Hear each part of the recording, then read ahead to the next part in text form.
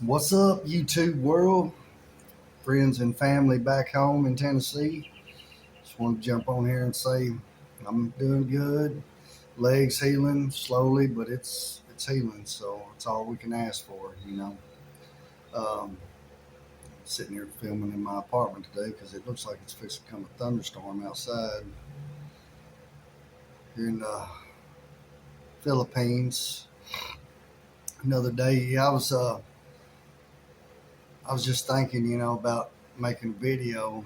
I made some about my LDR and how I basically fell for that nonsense, and don't get me wrong, when you've been single for a while, you're definitely vulnerable to a beautiful Filipina, and I'm talking beautiful. I'm not talking, one of them back home Tennessee girls, I'm talking about mind blowing beautiful, and that's what sucked me in. Is dating in the Philippines is still a lot like America. You got to watch out. You don't be so gullible that you think that that's all you're going to get, because it's not all you're going to get. And I'm living proof of it. I we just had a brownout. Yeah, welcome to the Philippines, baby.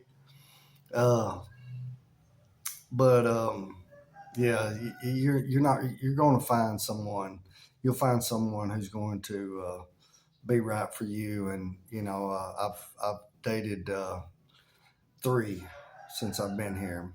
Um, really thought the last one was the one. I really thought she was the one.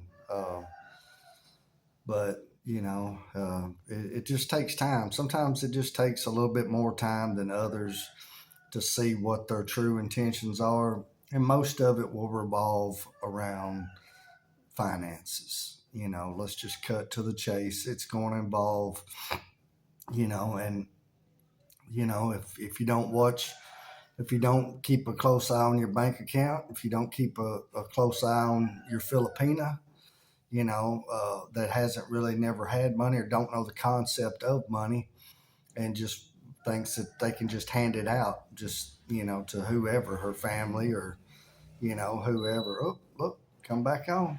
Ah, yeah. Welcome to the Philippines. Air feels good, man. It's so humid outside today, but that's why you see me sitting here no shirt on, because that's 90% of the time. That's kind of the way I'm at. I ain't wearing no shirt unless I've got to go out in town. I have to put one on to go out in town, but really, you don't even have to. They don't care. There's a lot of guys out in town that it's just so hot. We're in the jungle, so. Um, but back to dating in the Philippines, like you don't have to settle. They all can cook. I think they learn that from an early age. Well, I say they all can. Two out of three could cook. Uh, and this one I'm dating now, she's like, uh, she could be a chef. I mean, I've never seen anybody make the dishes that she makes from scratch. Sweet and sour chicken, sweet and sour, you know, pork. Just I don't even know these dishes. Like she can look at it, see a video of it, and she's coming home to make it. Like it is mind blowing, But we don't argue. Um, it's and she works, man. Like she worked yesterday 13 hours, but this culture out here, man, they give all their money to their parents. Like they pay. She still has an apartment, so she pays her rent and she pays her whatever utilities or her phone or whatever. But then she gives the rest to her family, and she don't leave her no money for.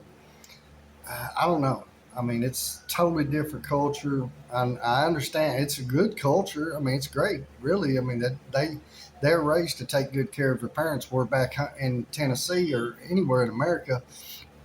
We raise our kids till they get 18, and we help them out. Of course, we're always going to be their parents, so we'll help them out. If they need a place to stay, they've always got a roof over their head, unless they just really messed up, and ain't got the help that they needed. But for the most part, I mean, we're always there for our children. And but when we get old, some are, but most aren't. Most kids, they've got their own life to live. They've got their kids, and then and it's just it's totally different. You know what I mean? And our healthcare system in America is set up to where the CNAs. I didn't realize how big a factor CNAs play in America until I was in the hospital here for 2 months. There's no CNAs here. The nurses don't really even help. I mean, they did me some, maybe because I was a foreigner. I don't know, and I got along well with them all. Like I teased them. It was a you just got to make the best of your situation. No matter what you're into or whatever. Like live a positive life. Don't let this world's negative enough. This world's evil. This world is flipped. And now it's raining.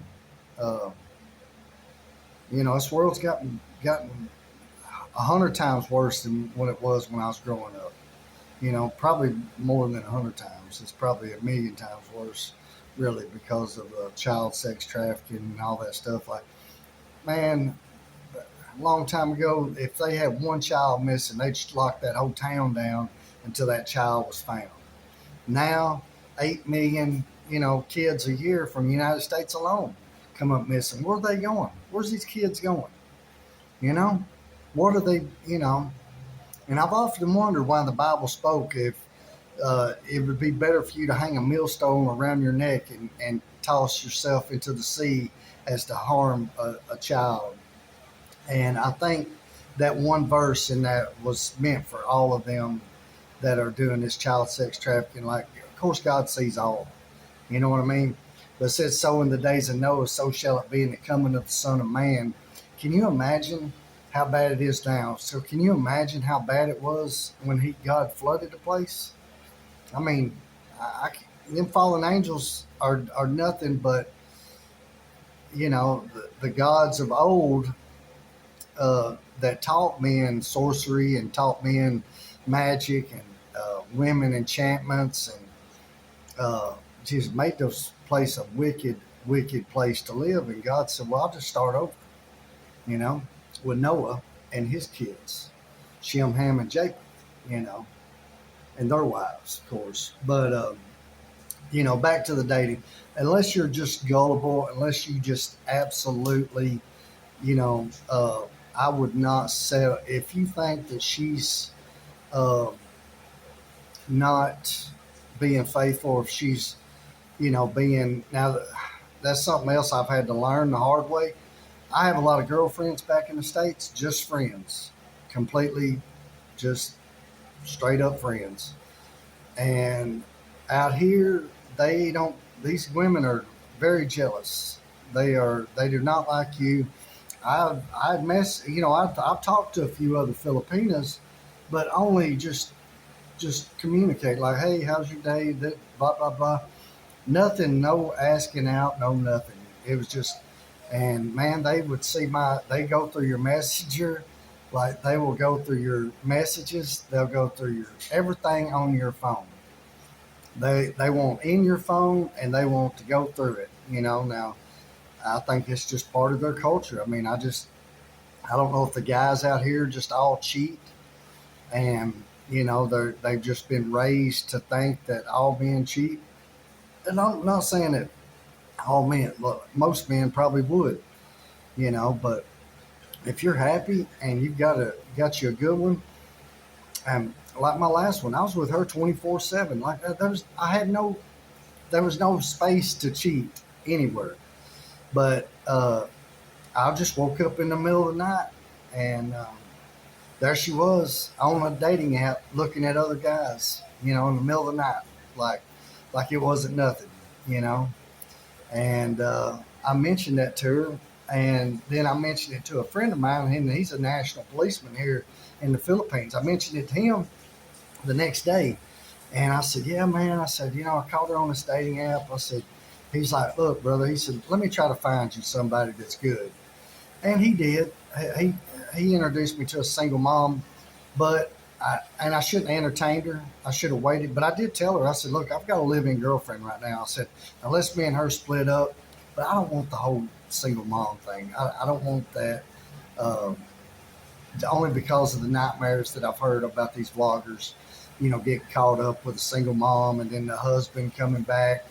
They say, "Oh, well, I'm not married," but then come find out in the long run they are married, and then they try to extort you and can extort you for money to pay because you're technically sleeping with his wife.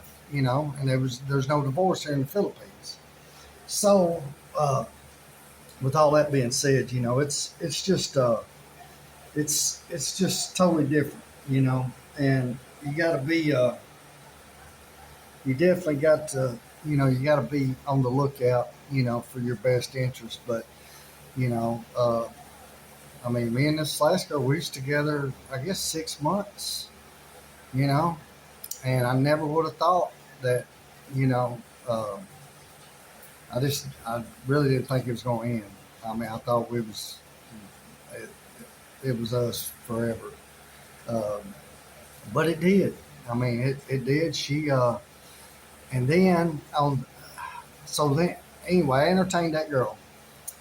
After I entertained her, which was one text message, that's all it was. She asked me like where I was from. It was basically just trying to figure out. I was like, "Hey, do you have any kids?" And she told me, "Yeah," and I was like, "Oh." So anyway, but I ended up just talking to her as friends. One time, that was it. Okay.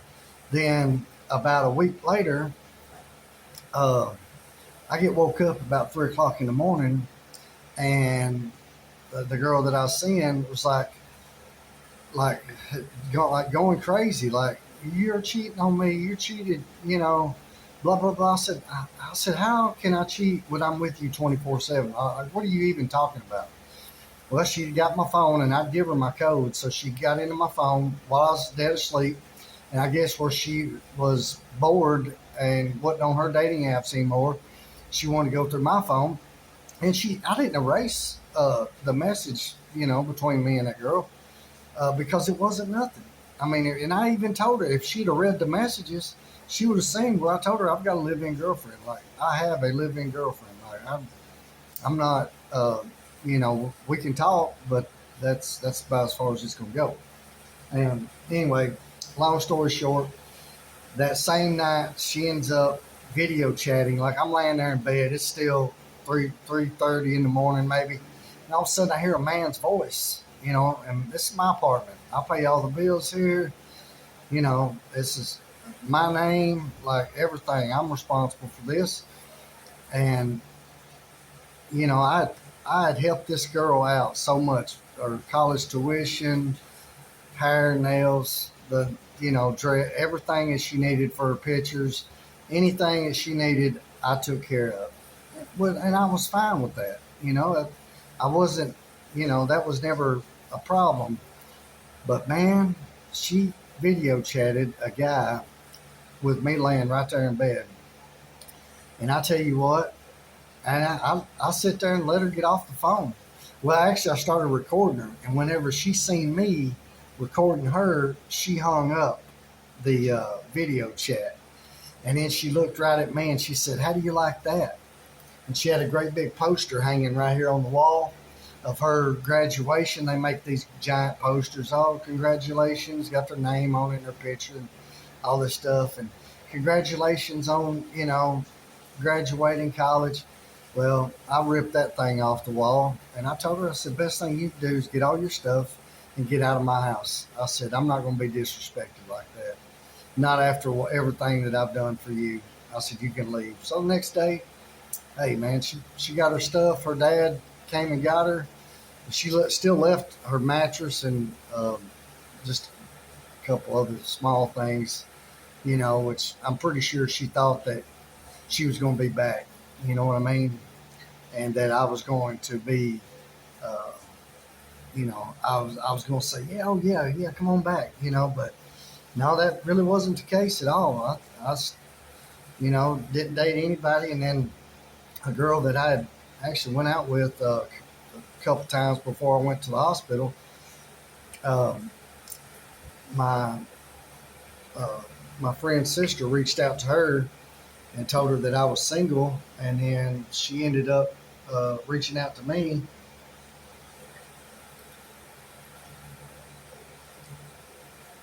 And I'm glad she did, man, because it's that's what I'm saying, guys. You don't have to, don't settle for just what you think is all it's. And this last one I was with was a bad narcissist. She liked to down me like, oh, you're never gonna find anybody that's ever gonna take care of you the way I took care of you. You're never gonna find nobody, and you're this and you're that, and and that you just got to block it out. You know what I'm saying? Like, I really didn't know what a narcissist was. I had to look it up, but once I looked it up, all the her profile was just dead on narcissist. And that's terrible because I know she's got a good heart. I know, maybe one day she'll be a good wife to somebody. I hope so.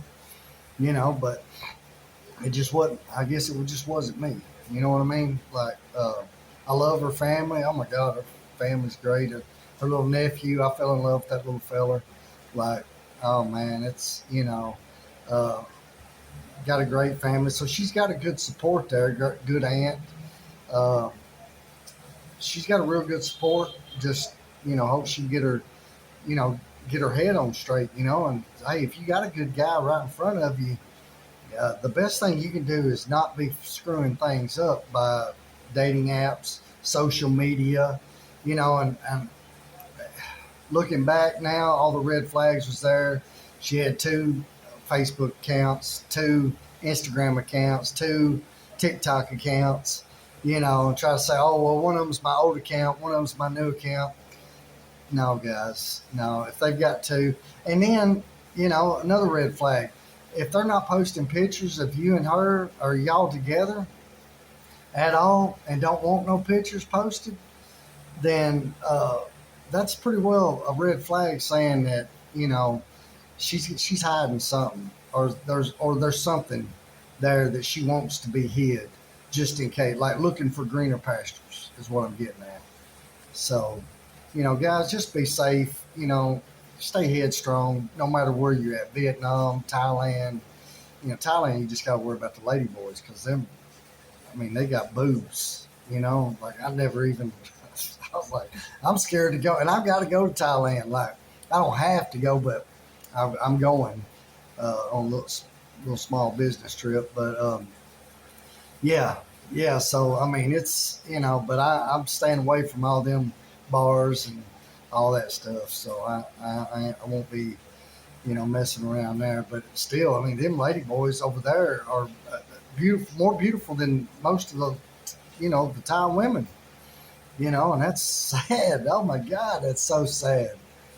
But Vietnam, I want to go to Cambodia, Japan, while I'm on this side of the world. But first things first, I got to go back to America when my leg heals and handle my business, get all that situated, and then I come back to this side of the world, and enjoy it. I enjoy being here. I love the culture, Philippine culture. These people are some of the most loving people you're ever going to meet in your entire life. And if I can say, don't, if you're thinking about it, if you're on the fence about it, man, don't think about it. Just buy you a plane ticket. You don't have to know anybody. People is going to treat you like family out here. You know what I'm saying? People, I mean, it's if you want to be around foreigners, go to Cebu City or Manila, Mactan, BGC, or you can go to Dumaguete. That's full of foreigners. Me, I'm I'm I'm way down here in the south, so I've seen maybe I see a foreigner at the mall, but other than that, that's it. I don't see none walking the street. I met one at 7-Eleven. And he was the first foreigner and I've been here 8 months. He's the first foreigner I ever met out on the street, and come find out he's from St. Louis. So yeah, it was pretty cool. But I just want to give you guys a heads up. Like, just be safe, be headstrong. Don't spend your money on these chicks because they will expect that. You know what I mean? It's almost like they want to be westernized, uh, and that's the whole part of us getting out of America is getting away from the Western women that are you know are ruined. Their soap operas and social media has really ruined everything. So. But anyway, I just want to say hello to my folks back home, my kin folk back home, and my brother and everybody, my two boys. And hope everybody's doing well. And I'll stop in maybe another week or a few days or something, make another video. All right, y'all take care now.